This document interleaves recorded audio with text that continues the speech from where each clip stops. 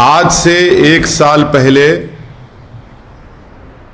हमने भारत के 20 बहादुर सिपाहियों की जान को गंवाया और उनकी जान इसलिए गई क्योंकि चाइना की पीएलए की आर्मी ने हमारे इन 20 बहादुर सिपाहियों के और लेफ्टिनेंट कर्नल की जान ले ली।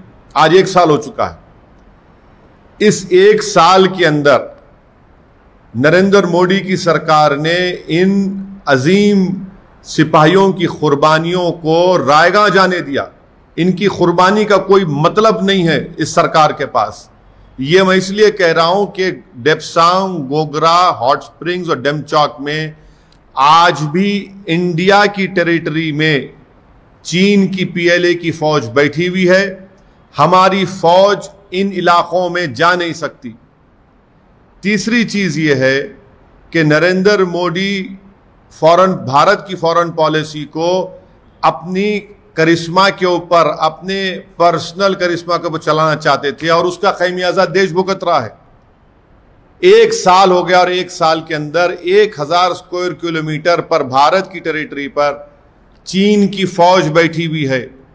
नरेंद्र मोदी की सरकार पिछले 13 महीने से ना कोई प्रेस कॉन्फ्रेंस करती है, ना कोई प्रेस ब्रीफिंग देती है और ना पार्लियामेंट में जब मेंबर्स ऑफ अपोजिशन के एमपीज उठकर सवाल करते हैं लद्दाख के ऊपर तो उसका जवाब देती है।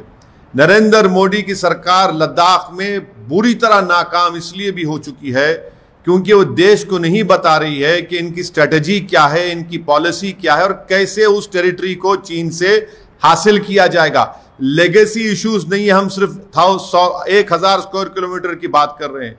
नरेंद्र मोदी की सरकार लद्दाख में इनकी नाकामी की वजह से आज हमको अपनी भारत के बॉर्डर की हिफाजत करने के लिए फॉरेन कंट्रीज के मिलिट्री की हेल्प लेना पड़ रहा है और यूएस से हमने ड्रोन हासिल किया है। आज नरेंद्र मोदी की सरकार ने चीन के खिलाफ लद्दाख में नाकामी की वजह से हम कभी भी पाकिस्तान पर हमला नहीं कर पाएंगे, क्योंकि अगर हमला करेंगे तो हमको हमेशा चीन के मिलिट्री रिएक्शन को देखना पड़ेगा।